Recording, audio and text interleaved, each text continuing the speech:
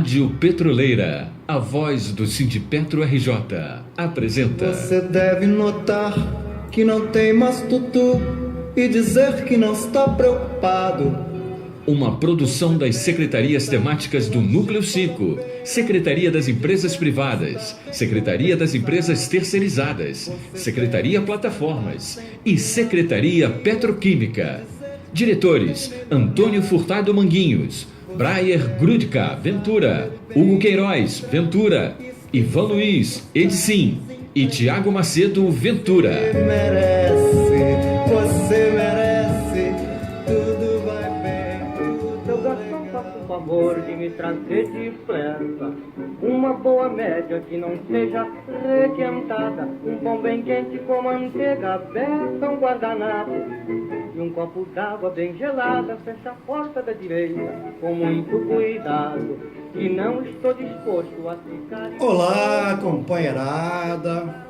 Mais uma vez estamos aqui para termos alguns momentos de prazer, de lazer, de informações, né, político, cultural. Esse é o propósito do nosso programa. E nós abrimos com nada mais, nada menos de que Noel de Medeiros Rosa. E Furtado gosta muito porque ele foi contemplado com a Ordem do Mérito Cultural. Então isso não é para qualquer um, isso aí é para aqueles que realmente colaboraram e muito com a cultura brasileira. Noel Rosa nasceu em 11 de dezembro de 1910 e nos deu adeus em 4 de maio de 1937. Portanto, foram 26 anos, Furtado, 26 anos de convivência com esse artista fabuloso. É ou não é? Boa noite aos companheiros e companheiras, né? Principalmente que participam aqui na nossa mesa, companheiro Ivan, companheira Rosa e o nosso técnico de som. Olha só, companheiro, é super interessante o que é a natureza. De repente as pessoas contestam o ser maior, mas ele dá cada exemplo magnífico, né? E há de se dizer que esse companheiro Noel Rosa, ele teve uma produtividade durante 8 anos. Você imagina que durante 8 anos ele fez mais ou menos em torno de 250 músicas. E para contemplá-lo, né, não só como um grande artista, como um grande gênio, que na realidade foi um gênio, né? Isso não há de se contestar, foi um gênio. E caracterizou um bairro, né? Porque hoje, Vila Isabel, quando você fala em Vila Isabel, me parece que isso sinônimo. Me parece que isso é mundial, né? Quando você fala em Vila Isabel, opa, terra de Noel. E quero dizer mais que já, por aquelas terras ali eu já andei um pouquinho, só que eu não fui tão gênio como foi ele, mas já estive andando por ali e também porque moro na Praça da Bandeira, que é próximo. É verdade. Não, e você vê, Noel Rosa, ele foi um sambista, cantor, compositor, bandolinista, violonista brasileiro e um dos maiores e mais importantes artistas da música do Brasil, no Brasil. Teve contribuição fundamental na legitimação do samba de morro e no asfalto. Ou seja, entre a classe média e o rádio, principal meio de comunicação em sua época. Fato de grande importância não só para o samba, mas para a história da música popular brasileira. Morto prematuramente aos 26 anos, por decorrência nada mais, nada menos de que, Furtado? Da boemia. E da tuberculose, né? E deixou um conjunto de canções que tornaram-se clássicas dentro do cancioneiro brasileiro, né? Noel Rosa, ele nasceu, Furtado, de um parto muito difícil e complicado, que inclui o uso de fórceps, né? E o médico obstetra, como medida para salvar as vidas da mãe dele e também do bebê, que é, no caso, Noel Rosa. Além disso, ele nasceu com hipoplasia, desenvolvimento limitado da mandíbula, né? Da mandíbula. Deu pra ver que o queixinho dele era pequenininho, né? E provável síndrome de Pierre Robin, que ele marcou as feições por toda a vida e destacou sua fisionomia bastante particular. Ele nasceu, sabe aonde, Furtado? Na rua Teodoro da Silva, 130, no bairro Carioca de Vila Isabel. E foi o primeiro filho do comerciante Manuel de Medeiros Rosa e da professora Marta de Medeiros Rosa. Noel era de família de classe média, tendo estudado no tradicional Colégio de São Bento, onde, apesar da inteligência notável, não era aplicado nos estudos. Depois, se der tempo, a gente volta a falar mais de Noel Rosa. Nós estamos realizando hoje o programa número 277, Furtado. E do ano de 2017, ele é o nosso 49º. E para as suas considerações iniciais, Furtado, vamos passar a palavra para a nossa querida, estimada, respeitada e competente radialista e também cineasta, né? Nossa querida Rosa.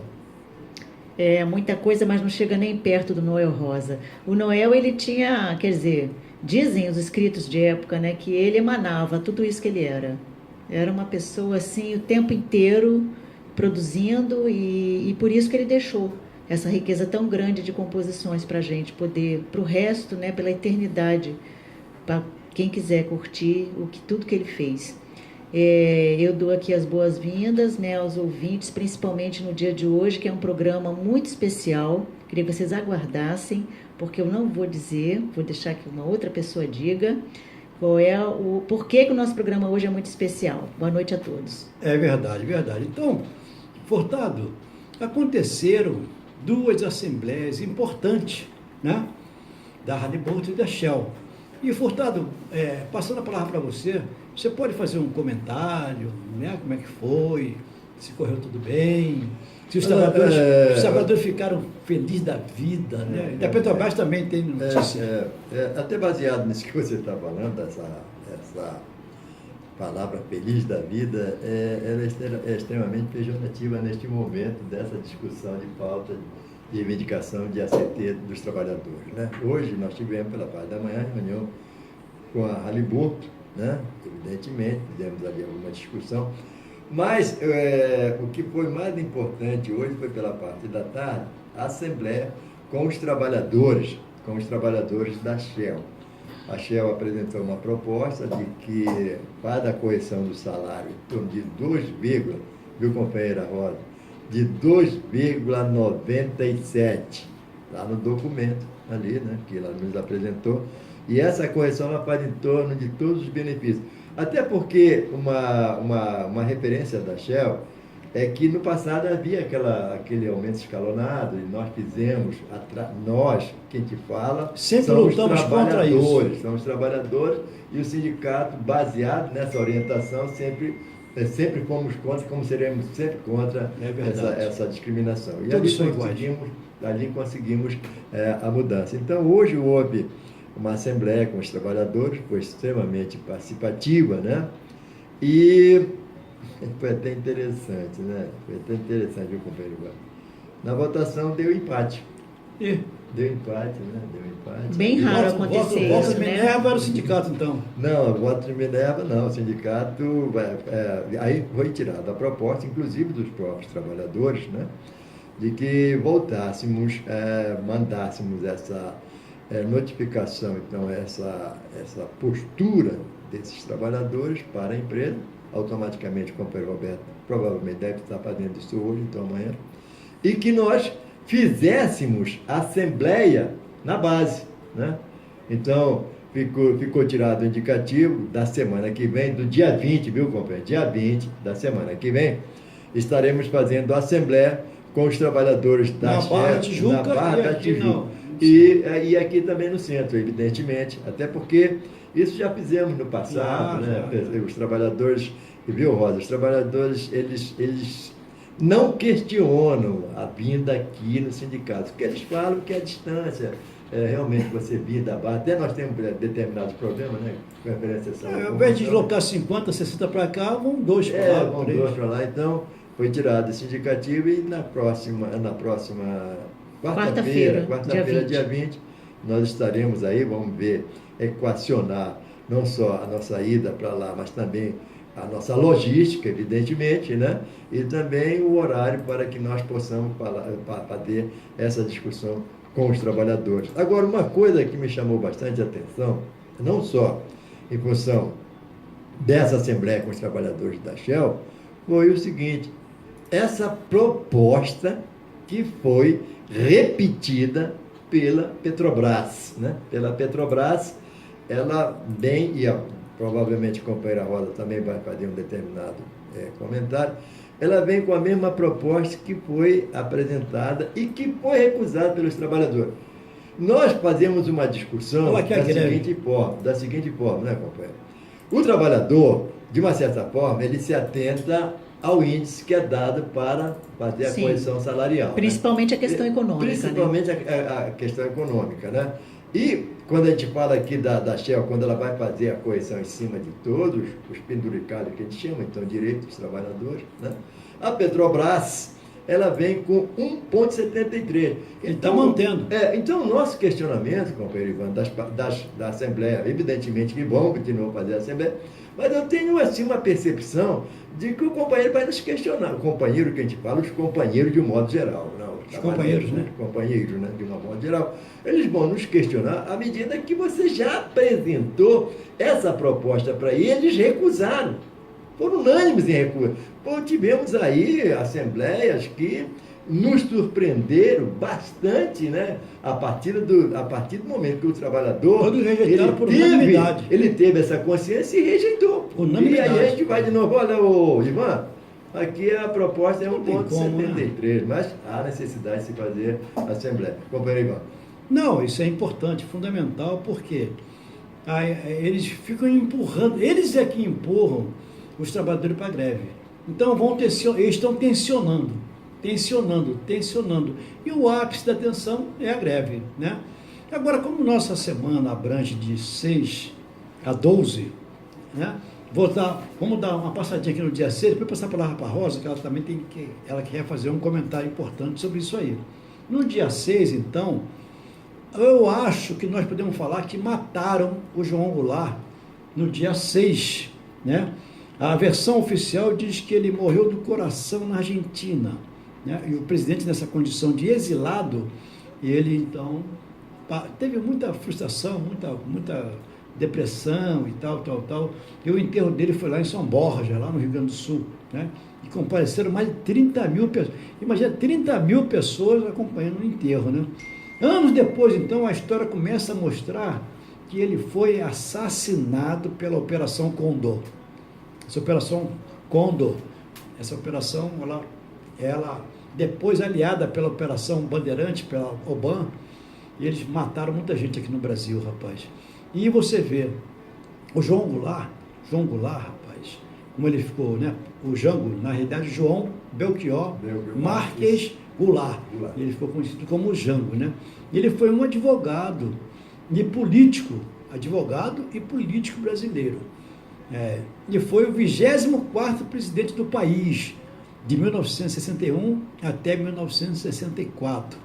Antes disso também foi vice-presidente de 56 a 61, tendo sido eleito com mais votos que o próprio presidente, porque naquela época se votava no presidente e no vice, e ele teve mais votos como vice-presidente do que o próprio presidente, né? Não era a chapa como é hoje.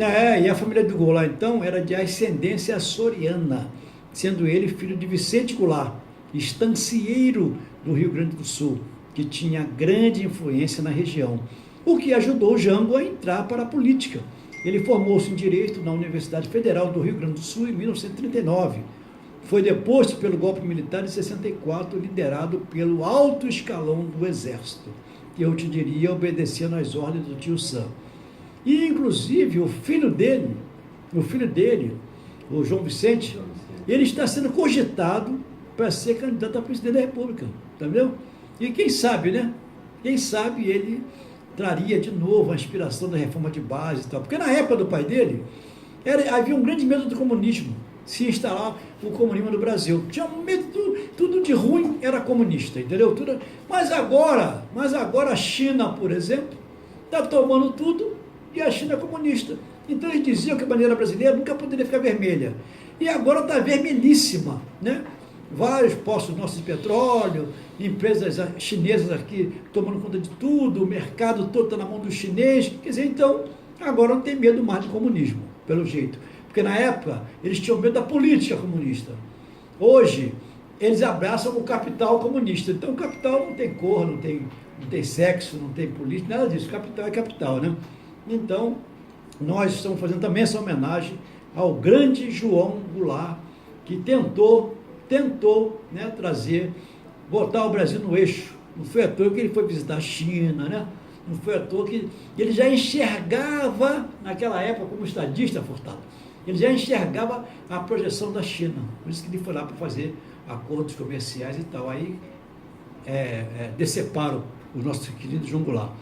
Também, em 1996, morre em São Luís do Maranhão um cantor e compositor, Furtado, que ninguém pode botar defeito, sabia? Esse cantor, ele realmente, quando ele mandava aquele vozeirão dele, ninguém se continha. Era o nosso querido João Batista do Vale, que na realidade ele nasceu em 11 de outubro de 1934 e nos deu adeus em 6 de dezembro de 1996. Durou 62 anos entre nós. Grande abraço à família João do Vale, para essa família Vale aí. Se herder, não quero, não. Tu vê, ele foi feirante, foi pedreiro, né? Então, mas e no dia 7, Furtado? No dia 7, você lembra de alguma coisa, Furtado, no dia 7? Olha só, no dia 7 é um fato super importante. No dia 7 de 1995, o Sindicato dos Bancários do Rio, que é aqui no nosso prédio. Exatamente. É interessante, o Sindicato dos Bancários aqui do Rio, além do Diário Bancário, edita mais de 20 jornais específicos, alguns títulos: O Malote, Banespa, Senzala, Banco Econômica e Pedrada, Itapu. Itapu, e vai no caso. Lembra alguém, né? Rosa, dia 8, Rosa, você tem destaques aí. Dia 8 fica com a Rosa, Furtado. Mas tem vários destaques. É muito importante esse aqui, que é o Antônio Carlos Brasileiro de Almeida Jobim, né? Fez questão de colocar o brasileiro, então Jobim. Ele, no dia 8... Melodia fantástica. 25 de janeiro de 27 a 8 de dezembro de 94. É verdade. Grande perda, né, Tom Jobim? Morreu novão. Tá. Mas tem mais gente bonita aí. Tem tudo nesse dia 8 aqui. Nasce em 1935 Alaide Costa. Alaide Costa, Silveira Mondim Gomide. Olha que nome fantástico, né? E essa música, esse DJ capricha, sabia? DJ não é mole não, hein? Essa música dela com Milton Nascimento, meu amigo, olha Milton no fundo, ó.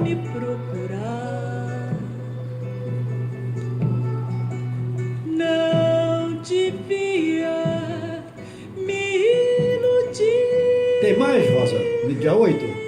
Aí eu vou direto aqui, que eu acho que vale a pena a gente ficar nas melodias, que é o dia da Nossa Senhora da Conceição, né? Que é no Candomblé Oxum. É verdade. Então a gente tem aí a Gal Costa cantando do Oxum. Você sabe, pode deixar. Tem um padre, amigo nosso, o padre Marcos Lázaro, né? Ele cantou isso aí. Olha só, Vila Alegre, na Bahia, o padre cantando, eu também sou da Oxum. Baiano não combina? Combina, né?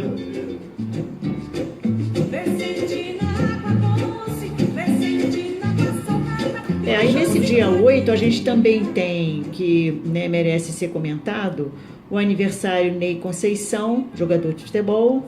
E em 1970 aconteceu um fato em interessante. 1970 aí tristeza, né? A ditadura militar, que a gente passou por esse período aí longo e negro.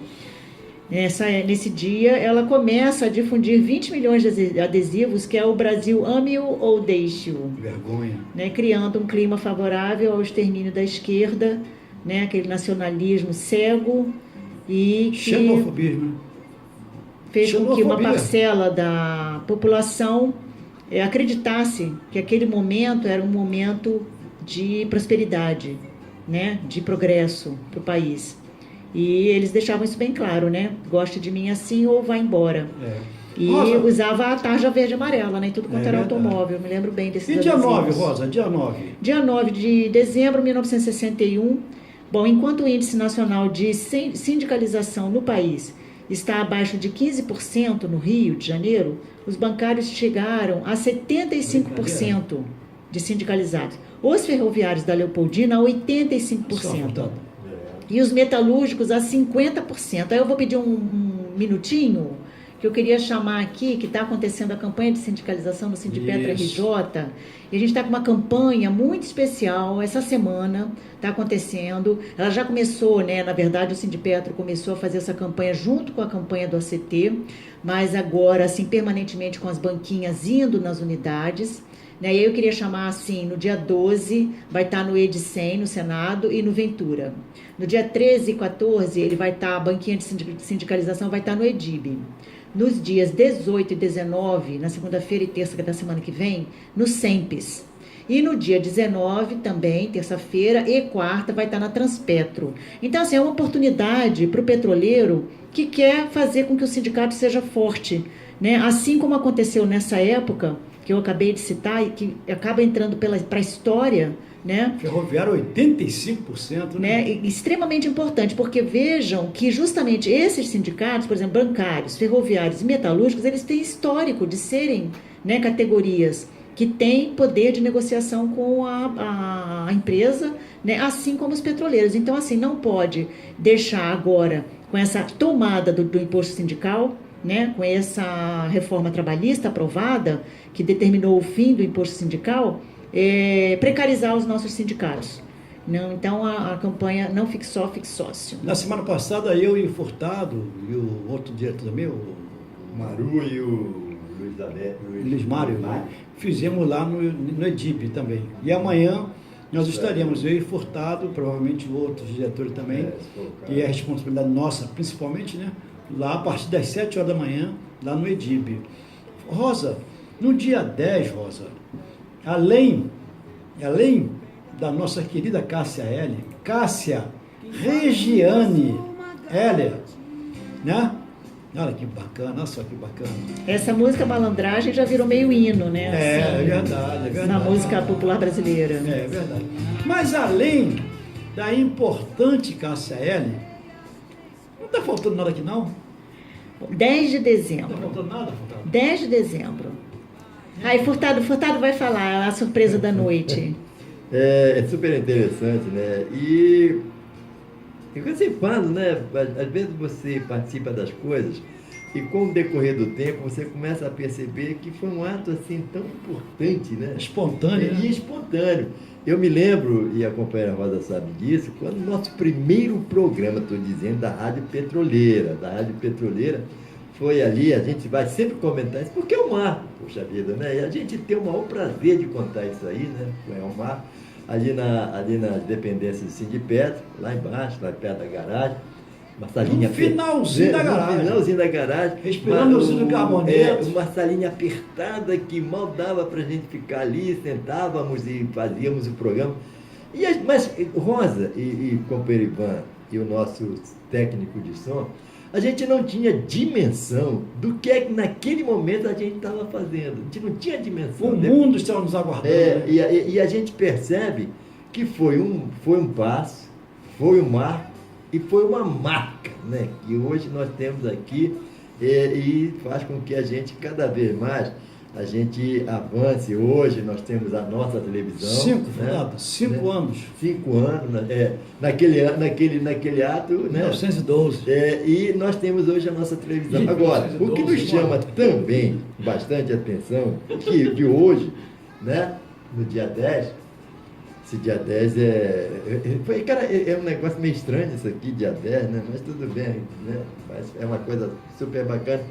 Foi o nosso primeiro também programa do setor privado. É verdade, né? é verdade. Nós trouxemos essa mensagem, tiramos dali daquela situação, aquela perspectiva de que tínhamos sim que ter um programa específico, não só para o aposentado, que é muito importante, mas também para as empresas privadas, né? E hoje, né?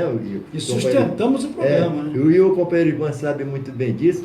Às vezes, eu te escutei no rádio, quando às vezes eu fiquei muito assim, lisonjeado, né, que a gente chama, né? Uhum. Nós estávamos no ato, né?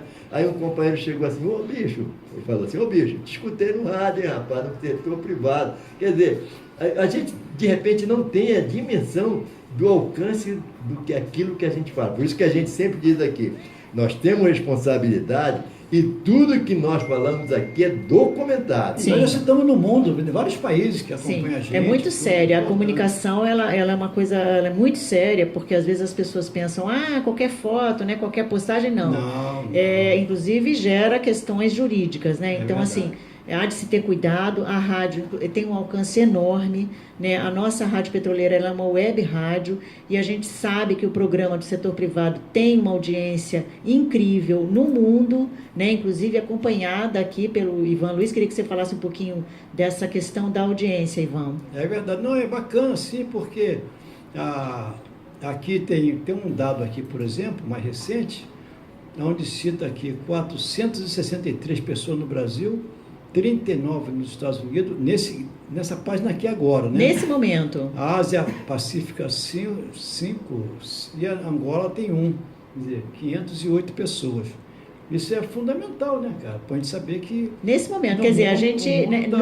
exatamente agora essas pessoas estão nos ouvindo e a gente sabe que o programa também fica disponível no site do Sindipetra RJ, né, para quando as pessoas quiserem ouvir, não estão podendo agora nesse momento, estão trabalhando, estão em trânsito, estão fazendo alguma coisa importante, não estão disponíveis na internet, mas o programa fica lá para sempre, né, disponível para que vocês possam ouvir. Né? O áudio fica lá. O áudio fica disponível. E o vídeo lá. do programa fica no site professorivanluiz.com.br, página Rádio Petroleira. Aliás, tem quase todos ou tem todos, Ivan? No ano, eu faço por ano, tá o ano todinho lá. Então, todo lá. Vale a pena consultar, porque além de estar ouvindo o programa, também está vendo as pessoas que participam dele. E daqui a pouco vai ter uma cena bacana aqui para o encerramento do programa. Fiquem ligados. Em 1956, então, no Rio, termina a vitoriosa greve de 2 dias dos trabalhadores das empresas de combustíveis que exigiam 30% de insalubridade. E em 1964, então, Nara Leão, Zequete, João do Vale e depois Maria Bethânia, eles estreiam no Rio de Janeiro o show Opinião, perseguido pela ditadura por suas denúncias contra a falta de liberdade. No dia 11, nós já citamos nosso querido Noel Rosa, né, que fez aniversário em 1987, então, 15 mil aeronautas e 45 mil aeroportuários fazem greve nacional de 48 horas. Em 1990, em Diadema, São Paulo, 500 PMs, para variar, expulsam 700 ocupantes da Vila Socialista, matam 2 moradores e prendem 46 e decepam a mão do vereador Manuel Boni. Isso em 1990, hein? Muito recente, muita história recente do Brasil. Muito recente. Agora, no dia 12 também, Furtado, nós fizemos um destaque aqui bacana, muito bacana, de um compositor, cantor e instrumentista, né? Oswaldo Alves Pereira, Furtado. Tem noção de quem é Oswaldo Alves Pereira? A Rosa tem. Sabe quem é a Rosa? Nosso querido Noca da Portela. Tá pensando o quê? Olha que bonito. Aí, ó. Olha nós aí, ó. Lá se foi meu bom viver. Ele começou a compor aos 15 anos de idade para a escola de samba Unidos do Catete, que foi vencedora do carnaval com o samba enredo O Grito do Ipiranga. Sua primeira nota 10. Permaneceu na ala dos compositores dessa escola por mais 3 anos. O pai, professor de violão Ernesto Domingo de Araújo, não incentivou, mais um que não tinha incentivo nenhum e no final é uma potência como essa, né? Em 1958, então, ele atuou como cantor e compositor no Trio Tropical, com o qual ele viajou por Minas Gerais, Pernambuco e Bahia. Então, um grande abraço aí à família do grande Noca da Portela. Em 1997, Furtado, em Fortaleza, no Ceará, os Sem Terras ocupam durante uma semana a avenida onde está o INCRA hoje. Exige o pagamento dos professores, das escolas, dos acampamentos, e há um forte confronto com 1.500 PM de novo. De encerramento e também da homenagem, né? Nós estamos encerrando aqui a homenagem da Nossa Senhora da Conceição e na ancestralidade, que tem uma música aí que o Roberto Barbosa me falou, da Iá, Oxum, Yorubá, Mãe Oxum, Dica Ogã, Dica do Ogã, Roberto Barbosa. Roberto Barbosa é Ogã, rapaz, tá vendo? Você lá no finalzinho, lá no encerramento do programa, você pegou essa, né? Essa aí é forte. Mas nós estamos fazendo uma série ainda, onde nós estamos citando a Revolução Russa de 1917. E o tema de hoje é a Guerra Civil, né, Furtado? Não sei se você teria aí, se a letra tá boa para você ver. Tá bom? Tá bom ou não? Então, Rosa. A Rosa tem ali, não tem sobre nosso tema de hoje é a Guerra Civil. Enquanto estamos em 2017, estamos nos 100 anos da Revolução Russa. É verdade. Então, assim, a Guerra Civil aconteceu o seguinte: o novo governo pôs fim à participação da Rússia na Primeira Guerra Mundial, através do acordo de paz, que dizem que realmente quem acabou com a guerra foram eles, né? Nessa época. Então, através do acordo de paz de Brest-Litovsk, assinado em 3 de março de 1918, o acordo provocou novas rebeliões internas que terminariam em 1920, quando o Exército Vermelho derrotou o desorganizado e impopular Exército Branco anti-bolchevique. Lenin e o Partido Comunista Russo, nome dado em 1918 à formação política integrada pelos bolcheviques no antigo pós-DR, assumiram o controle do país. A 30 de dezembro de 1922, foi oficialmente constituída a União das Repúblicas Socialistas Soviéticas, o RSS. A ela se uniram os territórios étnicos do antigo Império Russo. Bom, é importante aqui algumas curiosidades, né? O que quer dizer a palavra czar? A palavra czar, ela se pronuncia czar, tem suas origens no título de César, que era concedido aos imperadores romanos na Idade Antiga, que na verdade era o rei, né? Era sinônimo de rei aqui pra gente. Na Idade Média, o título do czar era ostentado também por soberanos